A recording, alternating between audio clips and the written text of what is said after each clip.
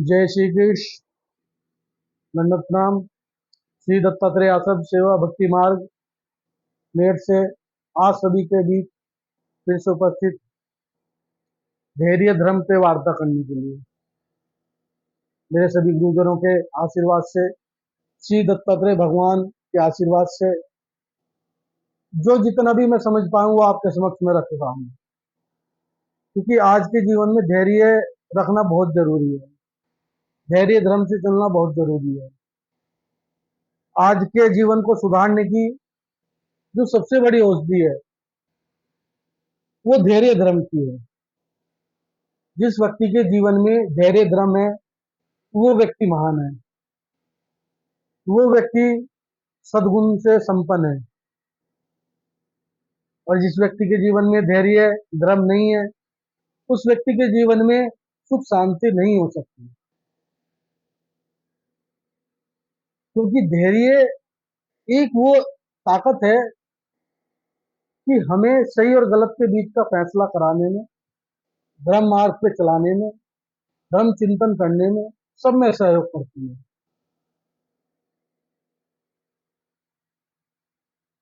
जीवन में शांति तो धैर्य धर्म से ही प्राप्त की जा सकती है। धैर्य के बारे में कहा गया है, धीरज धर्म मित अरु नारी, आपद काल पर किए चारी।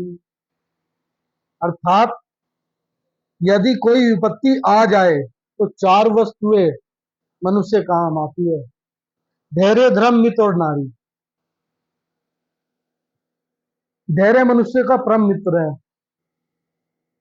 धैर्यवान व्यक्ति ही जीवन में शांति प्राप्त कर सकता है। इसलिए धैर्य धारण करने आज के समय में शांति को प्राप्त करना है। इस धैर्य परिस्थिति पे पांडवों की एक आपके समक्ष छोटी सी लीला। पांडव 14 साल का वनवास पूर्ण कर रहे थे। 1 साल के अज्ञातवास में जंगल में भटक रहे थे। एक स्थान पर उनको प्यास लगी तो ज्येष्ठ भ्राता धर्मराज युधिष्ठिर ने अपने सबसे छोटे भाई नकुल को पानी की खोज करके पानी लाने के लिए कहा। नकुल इधर उधर पानी को तलाशता, वृक्ष के ऊपर चढ़कर पानी के स्थान का पता लगाया और वहां जाकर पानी ले आने के लिए पहुंचा। उस तालाब का स्वामी एक यक्ष देवता था, जिसने कहा कि पानी पीने से पहले मेरे प्रश्नों के उत्तर दो। परंतु नकुल में तनिक भी धैर्य न होने के कारण उसने यक्ष की बातों को अनसुना करके पानी पी लिया। पानी पीने से गिरकर उसकी मृत्यु हो गई। जब नकुल नहीं आया तो धर्मराज युधिष्ठिर ने सहदेव को पानी लाने के लिए कहा, तो सहदेव ने भी नकुल जैसे ही व्यवहार किया, वो भी व्यर्थ होकर गिर पड़ा। अब नकुल और सहदेव नहीं पहुंचे तो धर्मराज युधिष्ठिर ने अर्जुन को पानी लाने के लिए कहा। पानी ने अर्जुन ने भी ऐसा ही व्यवहार किया, वह भी व्यर्थ होकर गिर पड़ा। इसके बाद धर्म युधिष्ठिर ने भीम को भेजा, भीम ने भी ऐसा ही व्यवहार किया। अंत में धर्मराज युधिष्ठिर स्वयं गए तो यक्ष ने कहा, पहले मेरे प्रश्नों का उत्तर दो, बाद में पानी पीना। वैसे तो यक्ष ने अनेक प्रश्न किए, परंतु एक अत्यंत महत्वपूर्ण प्रश्न उसने किया कि वह कौन सा सद्गुण है जो मनुष्य का जीवन में सबसे परम मित्र है। तो युधिष्ठिर ने उत्तर दिया कि धैर्य ही मनुष्य का सबसे बड़ा सद्गुण है। धैर्य गुण मनुष्य को बल देता है। धैर्य ही मनुष्य का परम हितैषी है। मोक्ष मार्ग की साधना करते हुए भी धैर्य को सदा धारण करना चाहिए,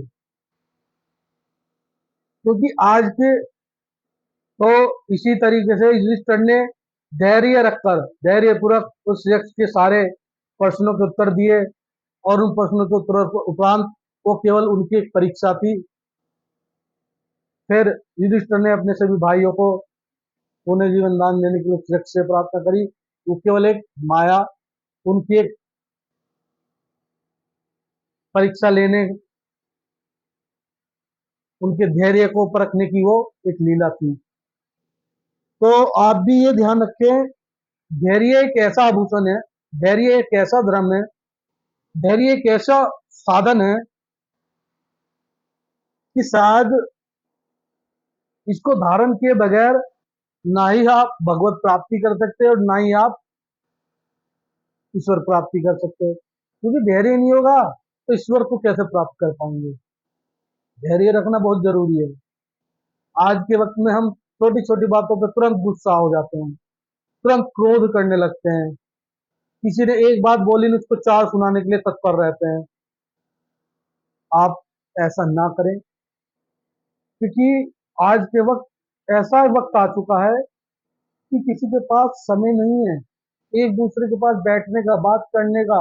ऐसे ऐसे वैज्ञानिक साधन आ गए कि हमारी दूरियां बढ़ा रही हैं, एक दूसरे की दूरियों को इतना दूर और कर दिया है कि शायद वो प्रेम बहुत मुश्किल उत्पन्न हो पाए। हमारी केवल एक यही प्रयास है कि हम अपने चिंतन के द्वारा, जो गुरुजनों द्वारा हमने जो भी ज्ञान प्राप्त किया, जो सुना है, जो ईश्वरीय लीलाएं हमने सुनी है, उनके द्वारा आपको कुछ थोड़ा थोड़ा ज्ञान आपके द्वारा के सामने समक्ष रखकर हम भी आपको यही बता सके कि धर्म मार्ग पे चलना, धैर्य रखना, सरल स्वभाव रखना ही जीवन है और सबकी सेवा, सबकी मदद करना ही मानवता का धर्म है। अगर कोई गलती, कोई ऐसा, कोई शब्दों से किसी को कोई दुख पहुंचे अगर मुझसे हुआ हो तो उसके लिए मैं क्षमा प्रार्थी हूँ। बाकी आप इस लीला को सुने और अपने जीवन में धैर्य धर्म को अपनाएं। जय श्री कृष्ण। दंडवत।